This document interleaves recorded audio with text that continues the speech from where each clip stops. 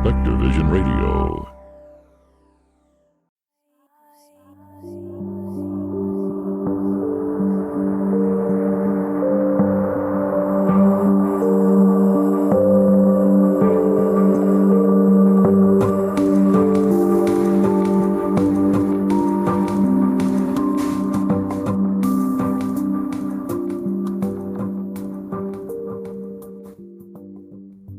Hello and welcome to the Modern Fairy Sightings podcast, where we listen to people's fairy encounters. But take heed, we're not talking about winged Tinkerbells here.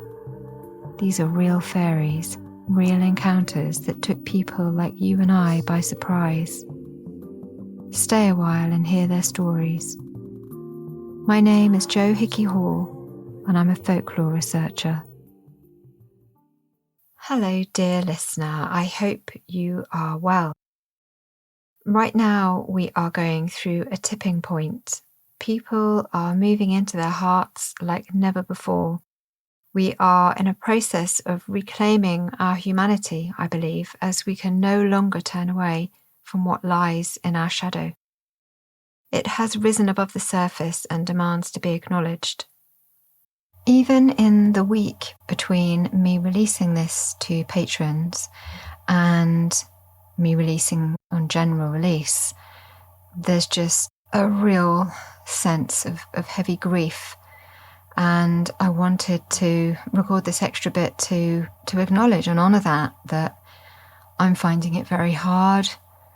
And I know many other people who are finding this very hard. And it's just, we're in a state of incredulity that what is happening can even be happening, and that the people that are meant to be and systems that are meant to be put in place so that they can help are just not helping.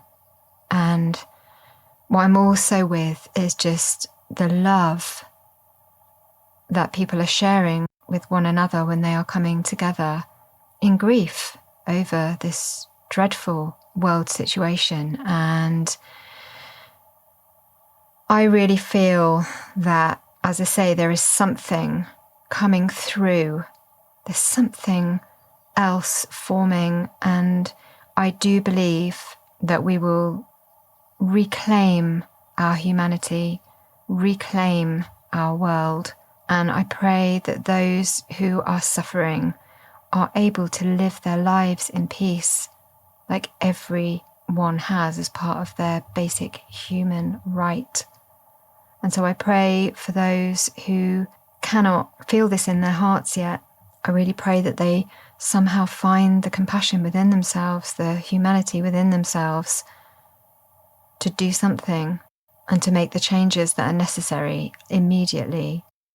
I know that Pam Gregory has and I've mentioned this before, a Sunday night, an every night gathering. It started as a Sunday night gathering for people to light a candle at 7 p.m.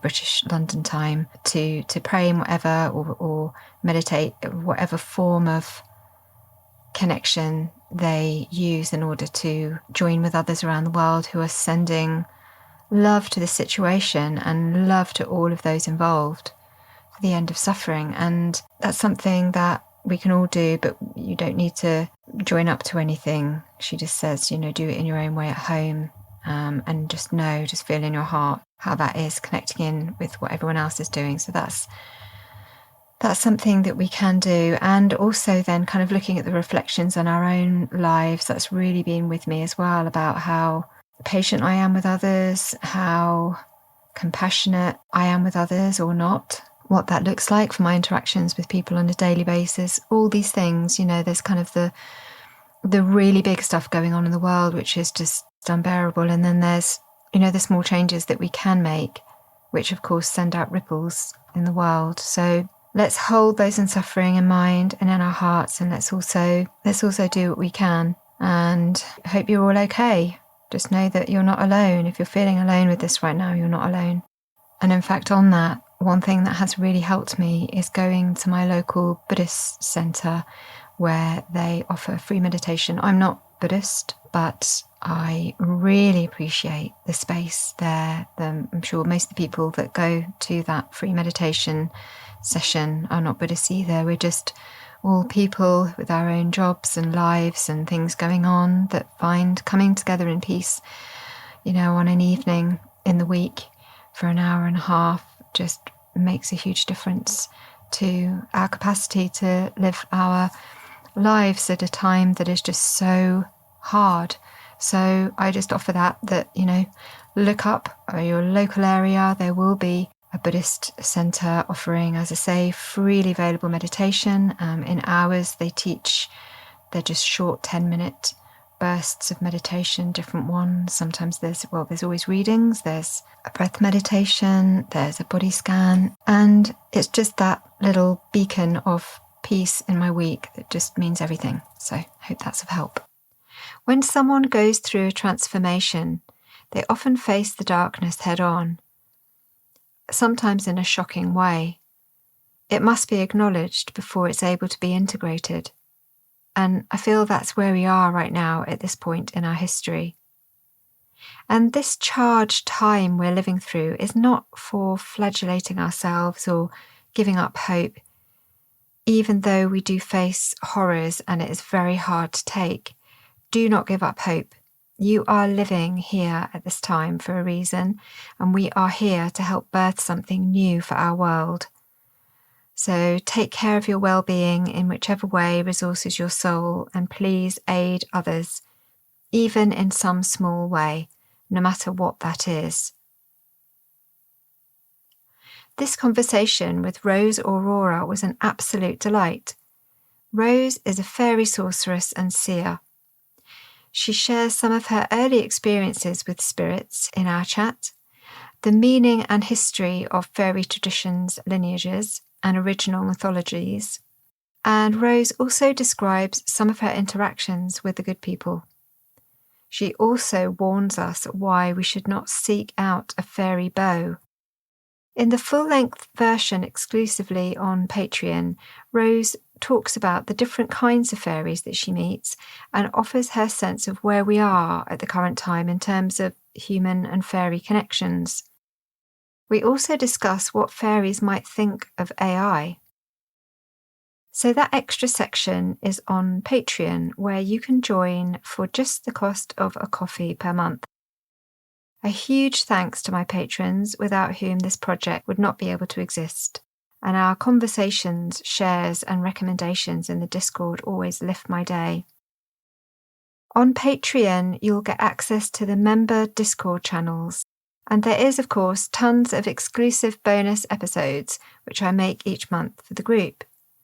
When you join as a member of the crew, you'll get access to our monthly live chats where we discuss various topics. So a couple of months back, we held a group discussion on the telepathy tapes, and then more recently we shared our synchronicity experiences.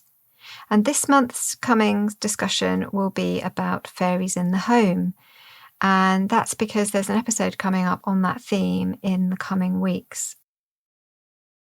One of the highlights of the group for me is our monthly Zooms, where members of the group themselves share their skills or areas of interest in a presentation or workshop for the rest of the group.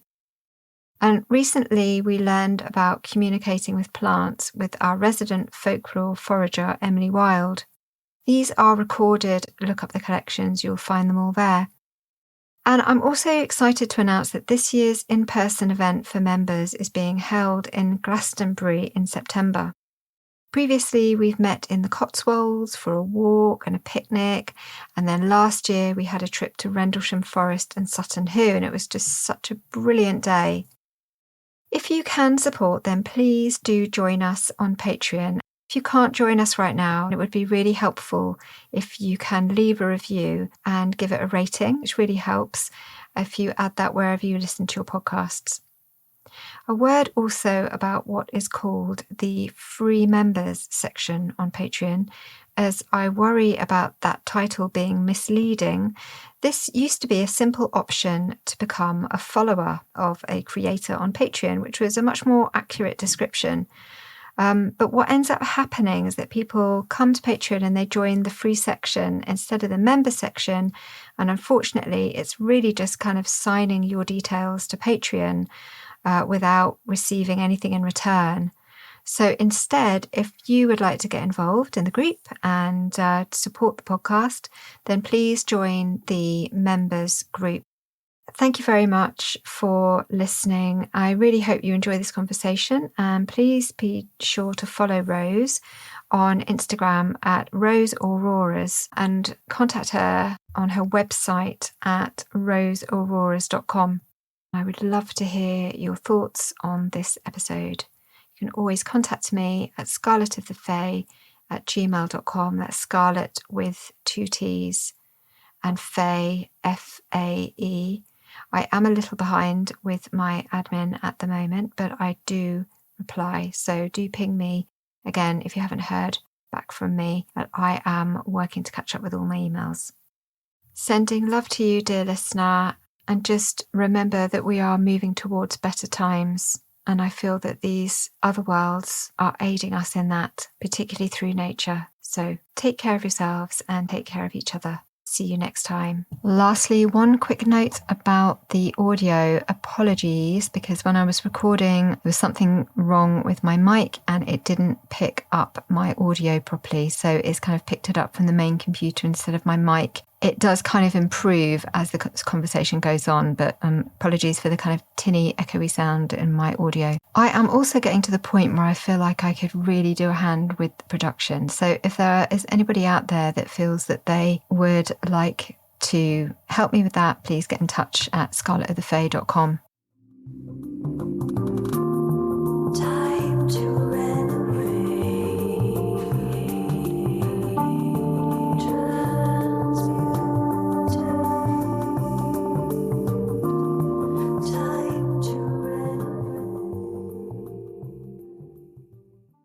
Welcome to the Modern Fairy Sightings podcast. My name's Jo Hickey Hall, and with me this time is a guest that I've been meaning to speak to for so long now, and I'm absolutely delighted to welcome her to the show.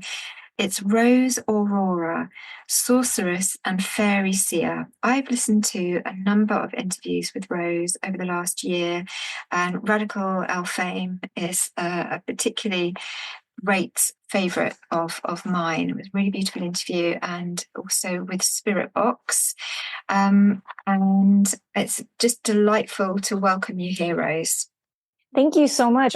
I'm so happy to be here. As you know, I love the podcast and I love the work that you're doing, and it's an honor. Thank you so much for having me. Thank you. Well, it's great to have you here because, you know, it would be so nice to introduce our listeners to what it is that you do, because, well, perhaps you can start by describing what a sorceress and fairy seer does. Yeah, sure. So I guess, you know, I tend to kind of use the word sorceress to denote that I practice magic. I have magical training. Obviously, my main tradition is a Celtic fairy tradition, but I've also been trained in the Scandinavian system of folk magic and sorcery called Trolldom. I was an apprentice of, or I guess I still am technically, an apprentice of Johannes Gårdbäck, who wrote a book called Trolldom that I definitely encourage people to check into and take a look at if they're interested in Norse folk practices, things like that. But yeah, so I kind of tend to use the word sorceress because I feel it has a little less baggage than something like the word witch. I don't mind if people call me a witch, and it definitely is a term that I would use for myself in a more personal context, I think. But you know, it's definitely a term that has some baggage, especially for a lot of people culturally. So I tend to just kind of go with the word sorceress to mean, you know, I practice magic, and, you know, I've trained in those arts and things like that. Fairy seer is something that I also kind of defer to more publicly because I've also kind of used the term fairy worker to, you know, kind of not only express that I see those beings, but also, work with them in a magical capacity, and have a close relationship with them over many years, and have training, and knowledge of how to kind of, conduct a magical, and spiritual relationship with those types of beings. Some people, fairy witch would be fine too. Again, like, if people call me that or some other term, like, I'm totally fine with that. It's just kind of, I just sort of have chosen those ones as, public terms to kind of, sum things up a little bit. So, but what I do, in my work, cause I do have, services that I offer to the public. Some of the things include, and my specialty includes, being sort of a mediator, I guess, between humans and the good folk, the fairies, as well as other kind of non-human beings, such as, trolls, the elves, which are kind of, in many ways, the Scandinavian equivalent of the fairies. And, helping people if they, should have issues arise with, these non-human beings, or, other situations that may occur. As we know, these beings do interact with humans, and sometimes it's wonderful and a blessing, and sometimes it can be not so great for the humans. So, and all manner of things in between. So that's kind of my specialty, and what I'm most known for in my work. But I also do kind of the basic witch for hire stuff, readings and spell work and things like that. So. And I also teach people, I was basically, when I was apprenticed under Johannes, I was basically kind of certified to go out there and, teach people scrying and trolldom and things like that. So I do that as well. How did you come into contact with Johannes? With Johannes, it's funny because I kind of met him through a friend. Like, they introduced me to some of his classes. And I guess I should say they told me about his classes. I knew of his book, and I knew of his work, but I basically got in contact with him through that. And then, spoke to him about apprenticing with him, and things kind of just, the ball was sort of rolled through that means. So, and I'm really grateful. The Trolldom practice, and what I've learned from him has been really invaluable to not just me personally and the magical work and spiritual work that I do for myself and, my friends and family, but also definitely for my clients as well. So, and of course, it's given me that kind of extra cultural context, of working with the Norse spirits, whether it's the elves, trolls, as well as the Norse gods and things like that. I already had a relationship with beings that I would term elves before I met Johannes, but it was wonderful to kind of dig into the cultural practices of Sweden with him and learn those traditional methods, as well as, things like spell work, healing, and all that kind of good stuff. Oh, yeah, there's so much there I want to learn about. But with your relationship with elves, then, you mentioned there that you already had a kind of pre-existing relationship with elves. Could you describe how that came about and what that was like? Well, I should probably start by sort of going way back towards the beginning a little bit. There is definitely some things that I have to kind of details that I have to omit because I have secrecy oaths and taboos. But I'll kind of, just work around that as I usually try to do. Yeah. But so I was,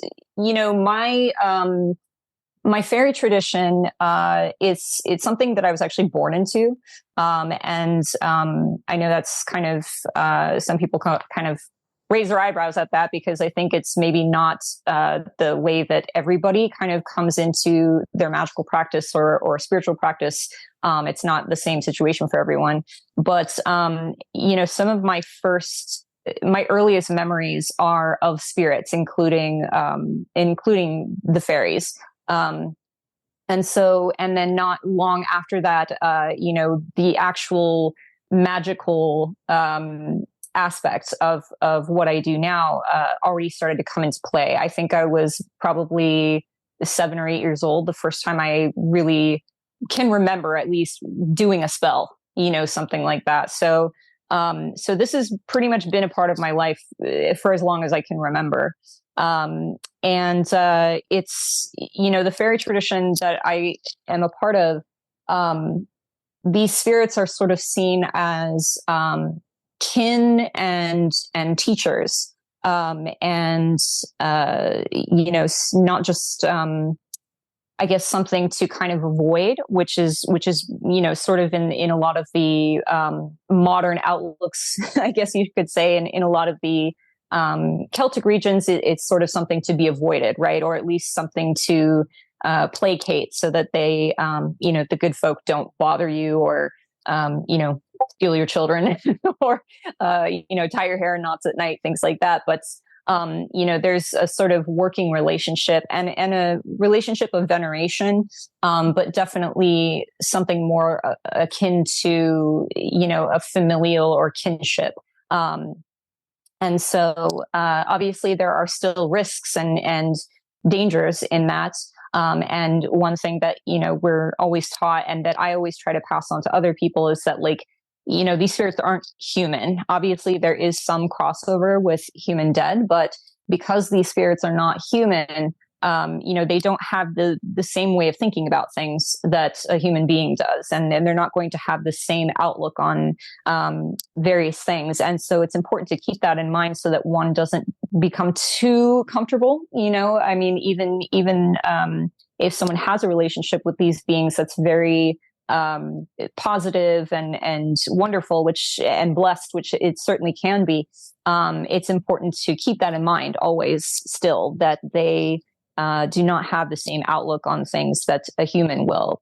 And just for safety's sake, and not to be surprised by strange behaviors that may occur from those beings. But that's one of the reasons why it's really important, if somebody is going to sort of try to reach out to these beings, so that they're really well informed. The folklore is probably the best resource for somebody if they don't have a teacher or something like that. But obviously there are some good books out there. Anything by Catherine Briggs is wonderful, and of course Morgan Daimler is really a wonderful resource, especially for stuff about the Irish lore. But and getting back to your original question, I know I kind of went off on a tangent there, but getting back to your original question, so I had experiences with fairy beings from the time I was very little. And then later on, I became acquainted through some kind of crossover interactions with beings that I would classify as elves, which are kind of, again, sort of the equivalent, Scandinavian equivalent of the fairies. So, there's some differences, but for the most part, they're very similar, and have a lot of the similar taboos and behaviors and abilities and things like that. So, I had a Norse practice before that, before I met Johannes, but working with him and learning the traditional methods that he taught me, really just kind of reinforced those relationships and made things even better. So hopefully that answered your question. And I don't know whether you're able to describe kind of an early interaction with any kind of other world. It doesn't necessarily, there might be experiences that you want to keep personal, and we really need to respect that. If anybody out there listening to this show, they often hear people talking about their experiences, and I think it's really important to remember that actually not all of them feel, or not everybody feels okay to share those. And for some people, they feel like very private, personal experiences that are not to be shared. And I always say that to people that write to me, and they, they'll tell me about an experience, and, sometimes I won't, I'll make sure to say to them, there is never any pressure to share your experience. And it's very important to say that, because it has to feel right. It has to feel Yeah. no two ways about it. It's a very personal thing. And for some people that might change over time. And for other people, it will never change. They just, it feels like something that has to be kept private. But so I'm saying the same to you now, that are you able to describe, any kind of otherworld experiences that you'd had as a child, but, something that you feel that you want to share and feeling no pressure to do so? Yeah.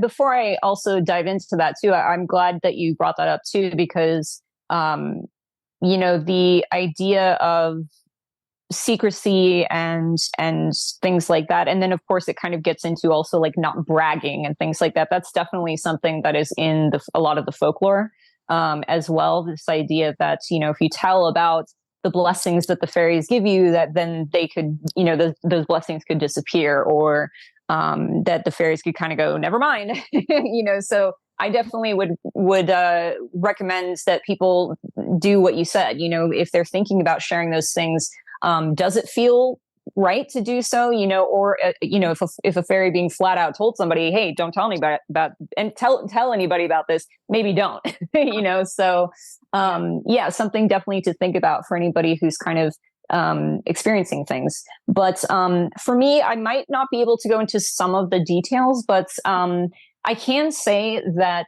when I say that some of my earliest experiences were of fairy beings, I can say that it was not something very, it was not ambiguous. It was very much like there is a 3D person standing there, and it's quite obvious that that's not a human person, even though they have like a humanoid physical form.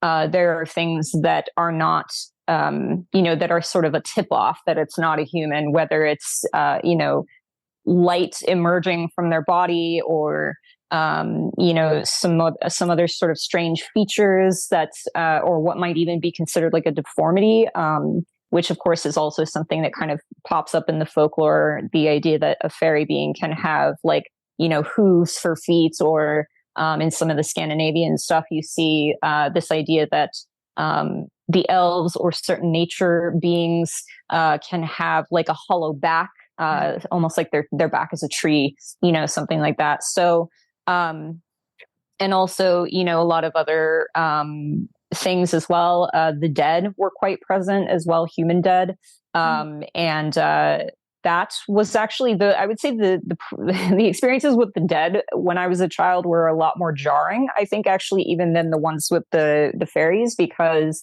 the dead tend to be a little, they love attention, from living people, I think. And so, and knowing that I could see them and that I could hear them speaking to me, it would kind of overwhelm me at times, because, I would wake up at 3 a.m. and there's a dead person standing next to my bed, and I'm like, so that I think probably my experiences with the human spirits, the human dead spirits, were probably a little more, jarring, a little more exasperating. And then of course, other things, some of the more interesting things, unfortunately, I can't talk about, but like the, things like, what a lot of other people might experience when it comes to sort of paranormal or supernatural phenomena, objects moving, sleep paralysis. I had a lot of astral projection, involuntary astral projection stuff that happened when I was a kid as well, and sort of being taken out of my body, and not only meeting with spirits or having interactions with otherworldly beings in that way as well, but, sort of being brought into that world. So into their world, I guess I should say. So there was definitely, but yeah, I do want to emphasize, like, it was very not ambiguous, it was very, there was a lot of like physical manifestations and things like that, which is something that, I think a lot of people, when they do have experiences, especially of fairy beings, can be quite shocking at just how capable they are of physically manifesting, and looking like there is literally a person standing there in the room with me, and I can touch them and they can touch me, and they're 3-dimensional. So That definitely is something that is, I think, is one of the things that actually kind of sets them apart from a lot of other types of spirits, especially like human dead. Human dead tend to have a little more effort they have to put in order to do physical manifestations and things like that, whereas the fair folk definitely seem to have a much easier time doing that. And doing things like, moving things and moving people and, touching people and sort of, affecting the physical world. So. Yeah, thank you so much. I think I kind of really sympathize with the astral travel as children, and especially having people that have passed over turning up. A lot of us experience that. A lot of us that have experiences in later life. It's because, as you and I know, we've had them since we were very little. We've had these connections, and we never really kind of, had a point where we completely cut ourselves off from that world. We somehow it kind of runs through us, and I think one of those examples for many people is this form of astral travel when we were kids, and it's the more people I speak to, I find that is a feature of people who have encounters in later life, that they have this memory as children of either like levitation or astral projection, astral travel, and beings turning up in their home. It's like whether they've gone to the toilet at night and they've seen a being in the hallway or in their bathroom, or things turning up in the bedroom. It's something that I hear again and again, and for a lot of people that just sounds like the stuff of dreams or films or fairy tales, but it's just a feature of what it is to be human and having an interaction with otherworld. And and when you were experiencing all of this, I mean, you come from a lineage. Could you talk a little about that? No, I'm just wondering, maybe unlike other people, if you were having these experiences, you might have been able to talk to people about that, rather than sort of many of us are, sometimes left alone with that, with well-meaning parents that don't quite understand.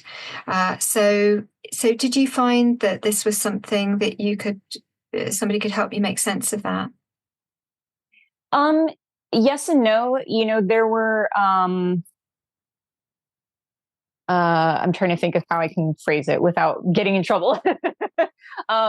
So I think, one of the things, I say yes and no just because, yes, there's people I could talk to, but they're also, especially within my lineage, and I think within a lot of other similar sort of situations and traditions, is that a lot of the most important sort of communication and information and then of course teaching comes from the spirits themselves. And so a lot of times there would be things that would happen, and a spirit would be part of the interaction or the experience, and I might kind of ask, well, what's the deal with this, or talk to somebody about it, and it was kind of like, well, you'll get it later, and then later it does click, and it's like, oh, okay, I understand that now, and a lot of that has to do with just sort of the nature of magic, also because magic does factor into this quite heavily. It's the tradition I'm in is it's a sorceress lineage. And so there's an emphasis on magic and personal, the cultivation of one's personal power. And so, the thing is with magic is, like, a lot of times people will kind of go searching for answers, especially if they're, really trying to learn magic and trying to kind of learn the forbidden knowledge and the secrets. And unfortunately, a lot of it is difficult to put into words. And I think that also carries into experiences with spirits as well, as a lot of times it can be really difficult to put into words exactly what it was like. Maybe I can describe something I saw with my physical eyes, or a vision I saw, or something I heard with my physical ears, but there also is usually these accompanying inner sensations as well. And I think that can be one of the reasons why a lot of people don't try to even, share their experiences, because it can be, so much of it can be a very particular sense of knowing that goes along with the physical experience as well, if that makes sense. So, it's one of those things where magic can be taught and you can guide somebody and learn the techniques, but a lot of the most interesting things that you can learn are oftentimes more easily learned from spirits, because they have a certain way of communicating with people that doesn't have to just be in words. They can cause people to feel sensations, or to see visions, or to just kind of have, I guess, what some people will call like a download of information. You suddenly just know how to do this, or you suddenly just know what the answer to this is. And that's a really huge component, especially in, magical traditions that are either shamanistic or have shamanistic elements, or witchcraft lineages and things like that. It's very much about learning from the spirits. And so there are ways, again, that a human teacher can guide you and kind of point you in the direction. But a lot of the most interesting things that you learn, and some of the more complex things, and I guess what some people might call like advanced things that you can learn, are really going to come directly from those spirits. And as well, they're the ones that are the guardians of that knowledge.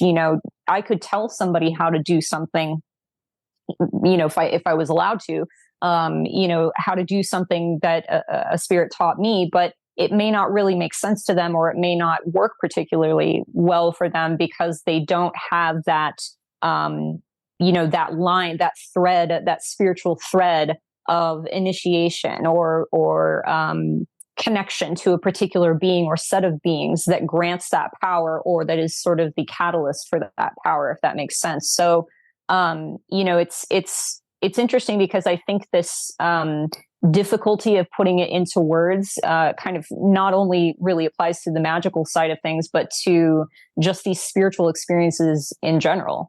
And it definitely, from the, the people that I've heard on your show before, it definitely seems like that is the case for a lot of people. So, there is that element to it.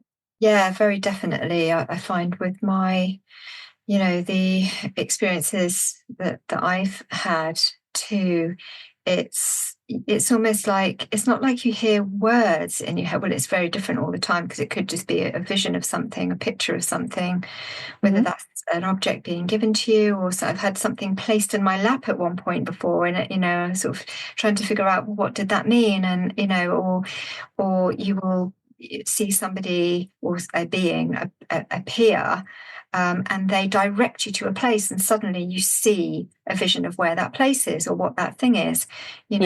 It's kind of it's non-verbal. I've always just assumed that's because I'm a very visual person, but I guess that is, and I guess if you're maybe sort of more clairaudient, for instance, then you might hear words, or have other kind of impressions, according to in which way you're most open to these messages to come to you. But for me, I'm a very visual person, so they've mostly, although I have heard words before, they've mostly come to me in vision. So it is a very interesting thing, and I agree. I think that is, it's another feature of these experiences. Yeah. And I wonder whether you got to meet any other fairy seers during your training, and whether you got to kind of hear what it was like for other people. And obviously you had your teacher and what they would have passed on to you, but were there any other people training at the same time as you?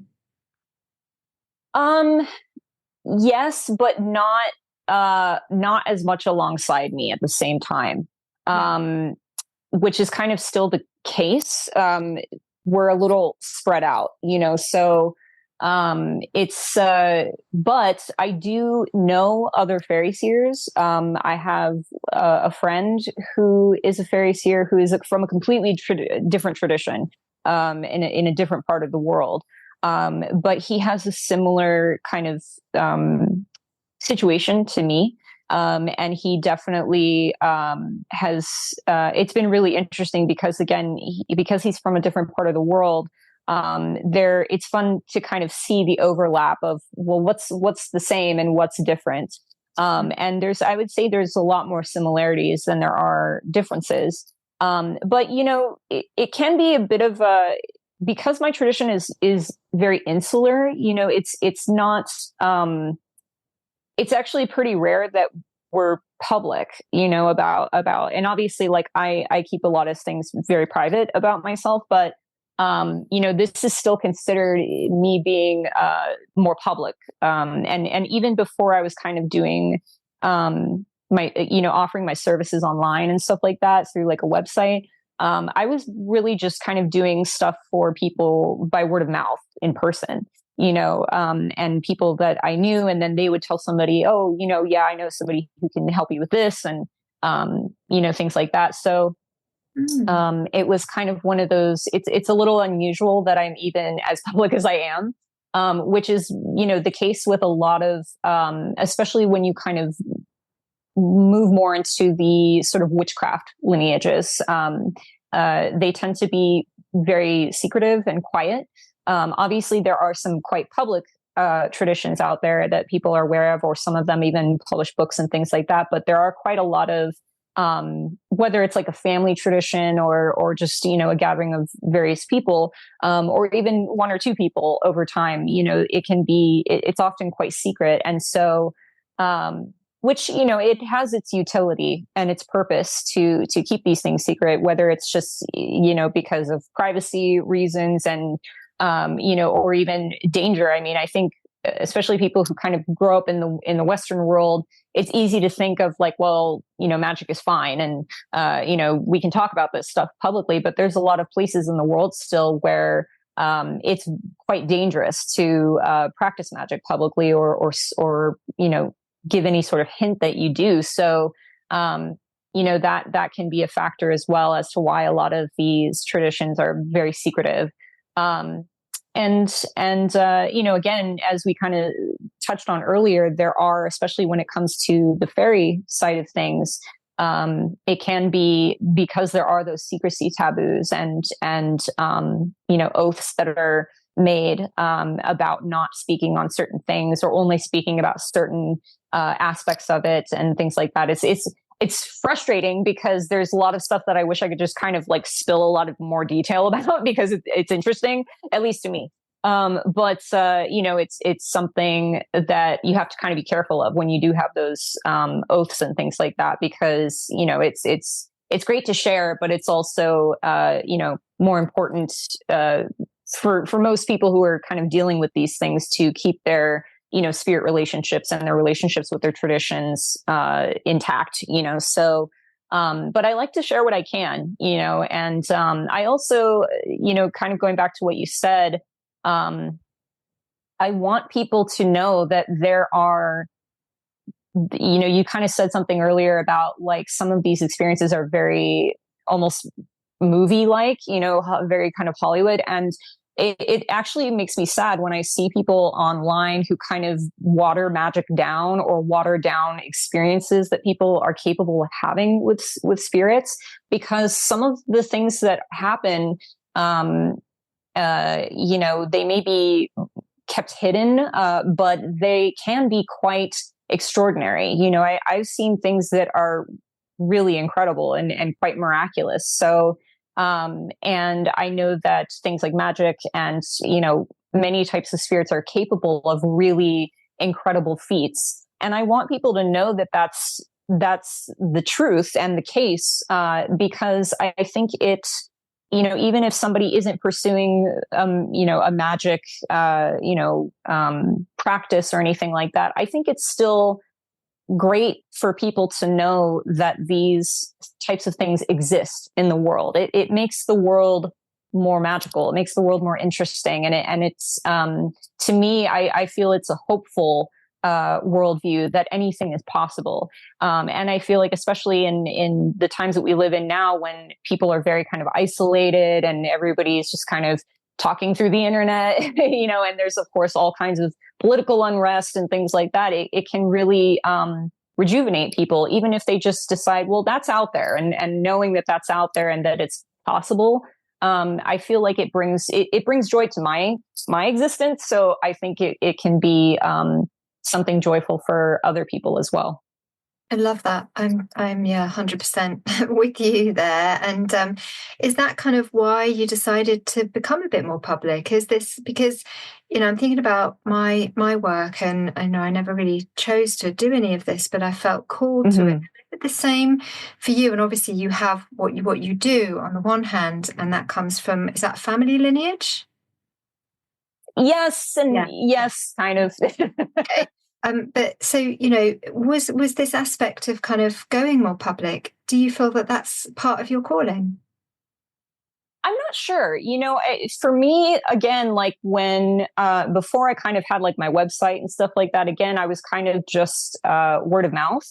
And I actually, I kind of kept to myself. I was sort of, I would check out forums and blogs and people's social media and stuff like that that had to do with like magic and things like that. But I kind of kept to myself until I met a few people who I really clicked with, who were also practitioners, and they started to introduce me to other people, sort of their internet community, and people started to ask me within those communities for readings, advice, scrying training, things like that. So I was just like, well, I might as well just kind of see what happens, and kind of put myself out there. And I actually did have to kind of convince, the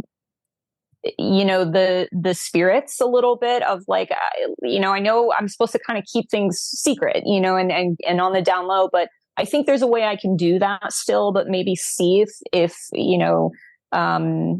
there's a way to kind of expand, my services to people. And there was definitely some reluctance from within my tradition, on that, but I was like, let's just see what happens, and I'll be very, cautious about not breaking my oaths, obviously, but also, not sharing too much private information and things like that. And it's been pretty cool for the most part. I really didn't expect, like, the first podcast I went on was a friend's podcast, The Frightful Howls. And so, yeah, I listened to that when I was trying to remember the name of it. I knew it was I was going to say howling. I didn't want to get it wrong. Yeah, but I listened. Frightful Howls. Yeah, that was the one. That was the one that somebody in my Patreon. I'm not sure if it was Arthur in my. I think Patreon. It was. Yeah. He that shared it there. And we all listened to it, and that's right. That is the first one I heard, and it was a great interview. It was it was lovely. Thank you. Chatting with each other, because you could tell, it was a really nice sort of friendship between you all, and it was a very enjoyable conversation. Yeah, and that was, I didn't really plan on doing anything like that, or I didn't reach out to the people that have very graciously, such as yourself, invited me to come talk. But when it presented itself, I was like, yeah, let's do it. Why not? Because I think also too, I wanted to kind of put another voice out there that is more kind of that traditional folkloric mindset. I think there's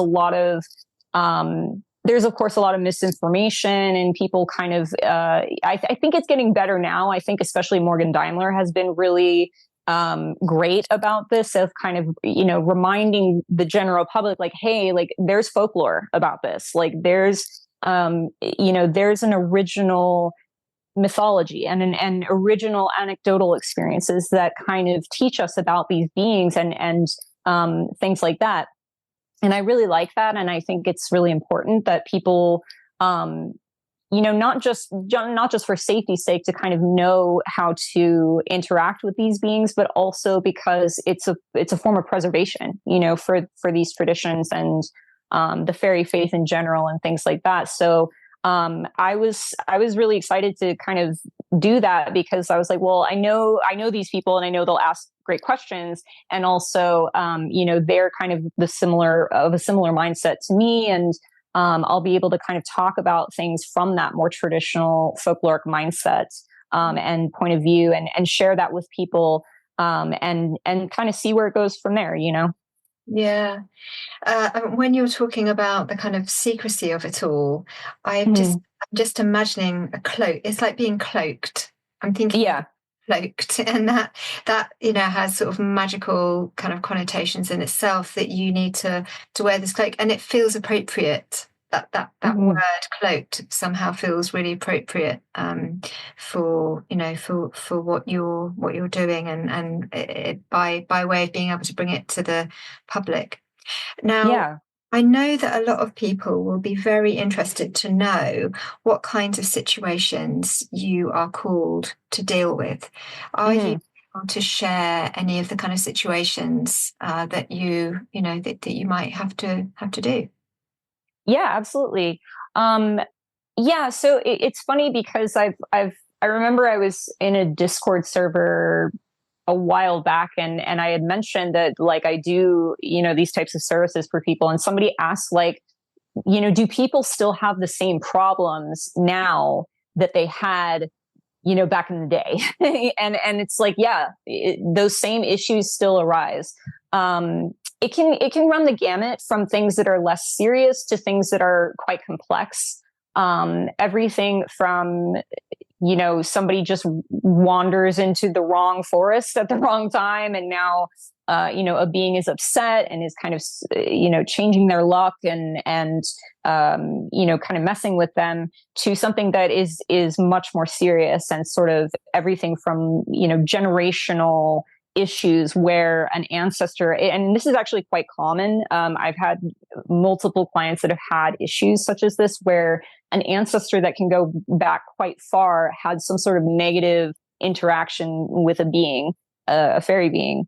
And, the thing with the good folk is that they're quite old, and they also, time doesn't really work the same for them in general. And obviously that is something we also see in the folklore of, like, when people, when humans are kind of brought into the world of fairy, when they come back, a lot more time has passed, or a lot less time has passed, things like that. So, their sense of time is definitely, from everything that I've experienced and been told by those beings, is quite different for them. And so, 1,000 years ago, or even 100 years ago, oh, this person, upset me. Well, oh, now it's 100 years later, and I'm still messing with their descendants because of that.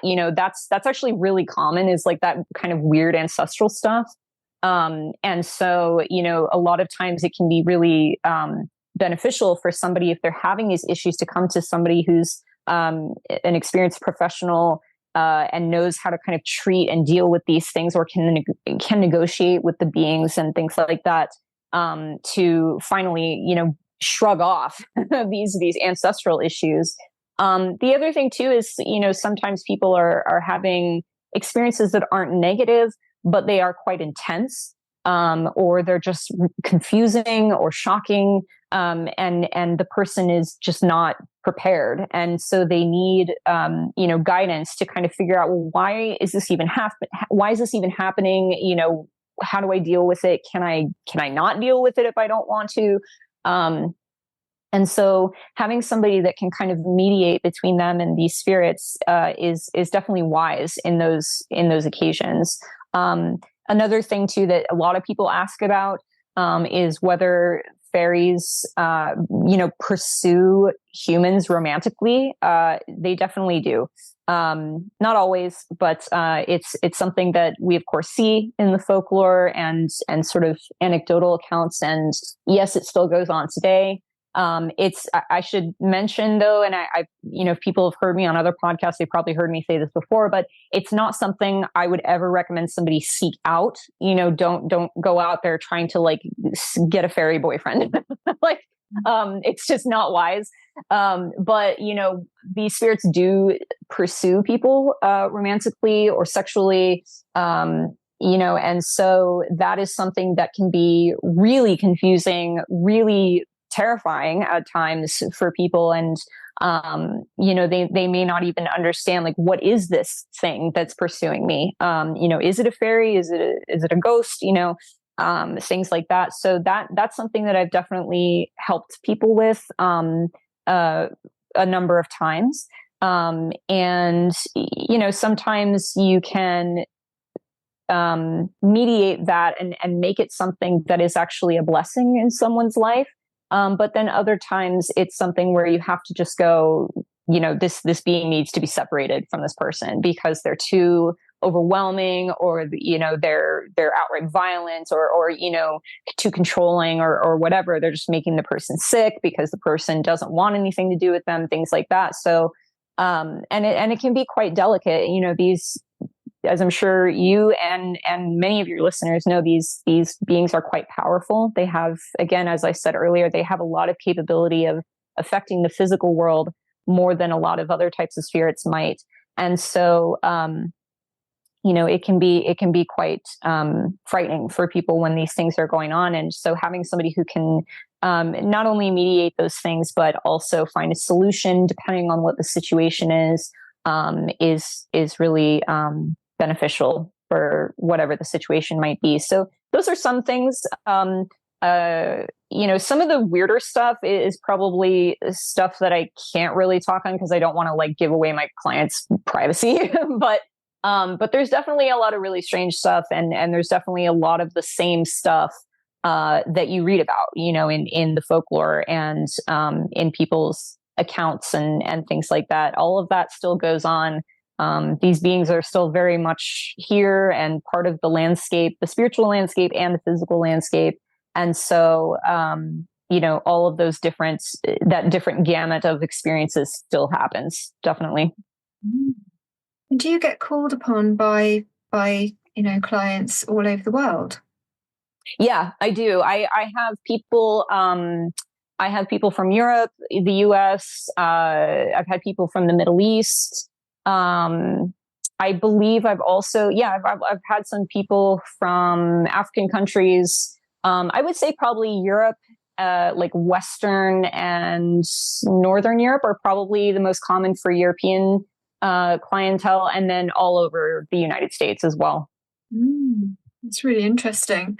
I was wondering also about how you feel kind of fairy seership may have shifted over the years, because one of my patrons, Katrina, was funny enough, we were just sort of chatting, what's everyone up to today, because it was a really nice day here. It was really sunny in the UK, well, where I am anyway, and it seems to be in other places in the UK. And she was actually reading a book today about fairy doctors. And I said, well, that is so interesting because, of course, she didn't know that I was speaking to you this evening. And so I said to her, would you have any questions? And she had kind of given a version of something that I was also interested. She was asking whether you feel there's now a resurgence of those of us called to be fairy doctors or fairy seers or fairy sorceresses, whether they be wise women or men.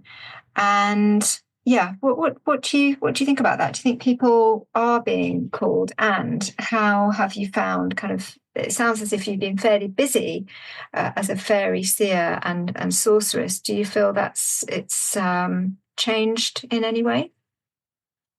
That's a really good question. I think it's something that's always been needed. I don't know that there's more people who are sort of being called to that, or born to that, or end up being kind of brought into it, because that's something that happens as well. Where somebody's kind of going about their life, and then some sort of experience happens. And then, the fairies go, okay, you work for us now. So, that's usually actually, when we're talking specifically about the term fairy doctor, that's usually kind of how it goes with that particular term. It's sort of somebody who ends up being a bit of a mediator, but also, at least the way that I've been taught and understand it, it's somebody who's sort of, often forcibly, brought into this sort of occupation of well, you work for us now, the fairies, and you're going to do this stuff for humans who have problems with us, or, you know, the people that we want to interact with and things like that. I think there's always been a good number of people who are called to this. I also think there's a lot of people who try not to fulfill that role, even if they're suited to it. You know, I definitely know people in a lot of circumstances, or of people in a lot of circumstances where they're, you know, it's very obvious that they have a talent for certain things that are magical or spiritual, but they want nothing to do with it, you know, and so they just kind of spend their life like trying to get away from that, you know, and trying not to acknowledge it or fulfill that. And, you know, sometimes that can have some dire consequences for them. I think a great example of that kind of situation is when you hear about, you know, the like shaman sickness and stuff like that. That's like a common thing in a lot of cultures with, you know, shamans and similar types of practitioners, that they develop illnesses, or they go through these, you know, really traumatic events. And the illness doesn't go away until they go, okay, fine, I'll become a shaman, you know, things like that. So, I'm not sure that I really couldn't tell you. I'm not sure if there's more people that are sort of emerging with those, proclivities or those gifts or, you know, experiences. But I definitely think that there will always be people like that. And I think it will always be something that is needed and, beneficial to both humans and fairy beings, you know, because it benefits them as well, not just humans. You know, if a fairy wants something done, or they want something from a person, you know, even if it's just, hey, I want you to do this for me, or I want to talk to you or whatever, if the person doesn't know how to communicate with them, or can't fulfill those things, then somebody like myself, or another type of, you know, mediator, can help them with that. And so it really benefits both humans and fairies. And I think that's why it's so necessary to have people that do those things. Whether they are more public about it, or they just, you know, work within their village, or, you know, their local neighborhood. I think that it'll always be something that's necessary. Definitely. Oh, that's wonderful. Thank you so much, Rose. And you know, just hearing you there, I was struck by the fact that, you know, for a lot of people, we still carry in our very being how people suffered in the past for connecting with otherworld on behalf of them, you know. And it's like we carry that in our ancestry, we carry that within us, and so it's no surprise when, you know, sometimes I meet people, if I'm doing a healing session with them, and they have some kind of block around connecting in with their spirituality, or connecting in with whatever they see as God, or the all, or source, you know. And it goes back to often that there's a really good reason why they kind of put the brakes on, is because remembering something, they're remembering the pain and the trauma. You know, so it's really understandable, but at the same time, you know, if it's your path, then it will be made very clear. And like the shaman story that you just, you know, pointed towards, if you keep coming up against these closed doors, or, you know, illness, and always being put back on that path, eventually, you listen. And then life begins to flow again. But I guess maybe a healing sometimes has to take place there for that person, enable them to feel safe, that in this day and age, at least at the moment, who knows what happens in future, but at least at the moment, it feels safer, at least, than it did in the past. In most places, as you say, it's not everywhere. There are still really dreadful things happening to people in other cultures if they are seen as being connected with other world. We always have to bear that in mind. But well, it's been so wonderful to speak with you, and I feel like I've learned loads just just by having this short conversation with you tonight. So, you must come back on another time, and it would be great to talk some more. And I, like you, the work of Morgan Daimler very much underpins all of what you've spoken about as well. She's released. They've released some excellent books on the subject. Do you think you might be releasing? Have you thought of writing a book on the subject? I have some things in the works. I can't. I can't say exactly yet, but I have a couple things that I've been working on for quite a while. One of them I think is closer to kind of coming to fruition sooner than the other, because I'm taking my time a little bit with the other. But I will definitely, I will be on your Discord, on my socials, all that stuff, kind of sharing it whenever that release date is, definitely. And hopefully people kind of dig that. But, and thank you so much for having me. This was a super delightful conversation. And as you know, I love the podcast, so I would be happy to come back anytime.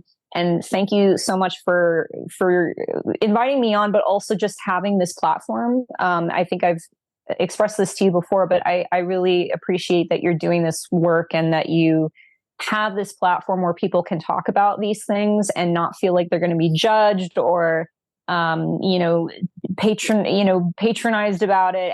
And I think it's just really important and wonderful work that you're doing. And I'm very honored and grateful to be a part of it. So thank you so much, Jo. Oh, thank you. And likewise, really appreciate all you're doing too.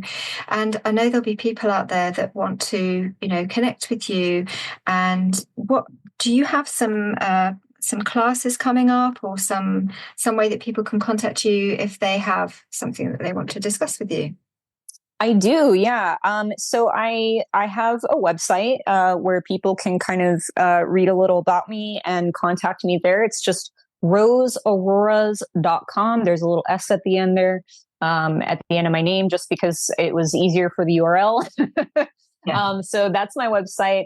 And then the only social media I really use is Instagram. And again, it's just at Rose Auroras. There's no spaces or anything like that. And as I mentioned earlier, I do readings for people. Obviously, if folks are having some issues with spirits of all types, not just fairies, but if people are having issues with human dead and or trolls, or they don't know what's going on, feel free to hit me up and we can take a look at it and see what's going on. I also, I do teach people one-on-one. I do scrying training, and I have students that I mentor ongoing in the magical arts. So if people want to learn to develop their mediumship or their psychic abilities, they can hit me up about that. And then I believe it's in August. Yes.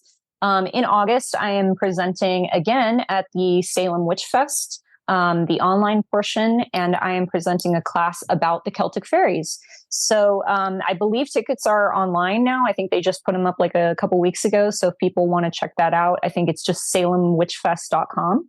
And there's a lot of other really great classes on there. A lot of people that I'm friends with are also doing classes. So for folks who are interested, please be sure to check out the full roster. But and then I did teach a class last year at Salem Witch Fest about the Scandinavian elves, which is also just on the website. If you look through the archives, you'll see it, and you can also check that out. It's I think it went really well, and I tend to be a bit of a goofball in my classes, and I use a lot of memes to talk about things. So if people like that kind of casual format, then I think they'll dig it. But that's what I got going on. That's great. When is the Salem? It's in August. So there is, if people want to go to Salem in person, they will have a fest in person there. But during that weekend, there's also going to be online classes, and my class is online. So people don't have to be there. They can just, check it out online from wherever they are. Well, that's really good for us over, in Britain and other places, if we make it over there. So that's fantastic. Great. Okay. Well, thanks again, and yeah, I look forward to chatting with you soon. It's been really lovely, and yeah, I look forward to everything that you've got coming up, and particularly your release whenever that is too. So yeah, I'll catch you at a class too. Thank you. Thank you. Thank you so much, Joe. I really appreciate it.